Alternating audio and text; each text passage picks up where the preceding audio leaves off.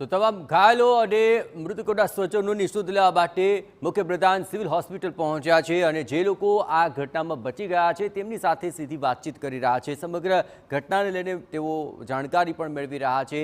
તેમના દુઃખમાં સંમેલિત થવા માટે મુખ્યપ્રધાન ખુદ ત્યાં પહોંચ્યા છે અને જે સારવાર હેઠળ છે તેમની સાથે વાતચીત કરીને આ સમગ્ર પરિસ્થિતિને લઈને તલસ્પર્શી માહિતી તેઓ મળી રહ્યા છે। પરિવારજનો શોકમાં છે કારણ કે હજુ ઘણા એવા લોકો છે કે જેની ભાળ નથી મળી શકી, જે મૃતકો છે તેમની ઓળખ નથી થઈ શકી અને સૌ કોઈ સ્વજનો એ જ ઈચ્છી રહ્યા છે કે આ મૃતકોમાં તેમના કોઈ પોતાના વ્યક્તિનું નામ ન આવે, પરંતુ જ્યાં સુધી ડીએનએ રિપોર્ટ નહીં આવે ત્યાં સુધી આ પરિસ્થિતિ સ્પષ્ટ નહીં થઈ શકે। આ પરિસ્થિતિઓ પર સતત નજર રાખી રહ્યા છે ટીવી 9 સંવાદદાતા જિગ્નેશ સીએમ ત્યાં ખુદ પહોંચ્યા છે, શું વધુ વિગતો?